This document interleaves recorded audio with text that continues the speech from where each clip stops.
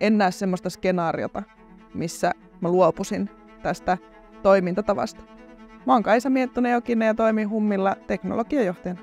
HUM tulee sanoista Human Communications, eli me tehdään verkkovälitteisiä ihmisten välisiä kohtaamisia. Me tehdään niitä sekä niin kuin asiakaspalvelukulmalla että sitten B2B-myynnin kulmalla.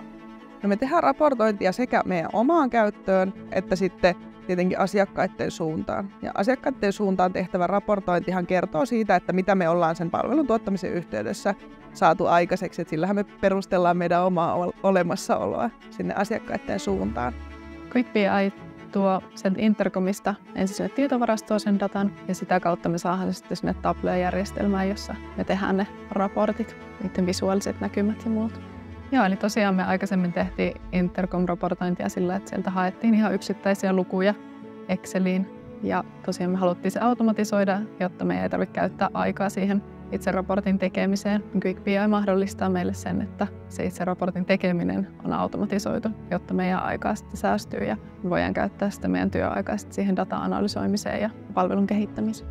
Asiakaspalvelunäkökulmalla, jota sieltä Intercomista toteutetaan, niin se voi tarkoittaa esimerkiksi käytyjen chat-keskusteluiden määrää tai Help Centerin artikkeleiden lukukertojen määrää ja keskusteluiden kestoa. Ja niin kuin, siellä on paljon erilaisia muuttujia, mitä me asiakkaiden suuntaan raportoidaan. No sit sisäisesti me tietenkin hyödynnetään sitä dataa siihen, että me halutaan jatkuvasti kehittyä. Me halutaan parantaa niitä meidän palveluita ja sitä meidän tekemistä, kehittää sitä laatua.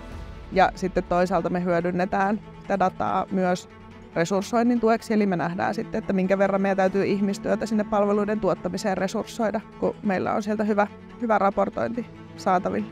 Joo, mä olen kyllä tosi tyytyväinen tähän meidän valittuun ratkaisuun.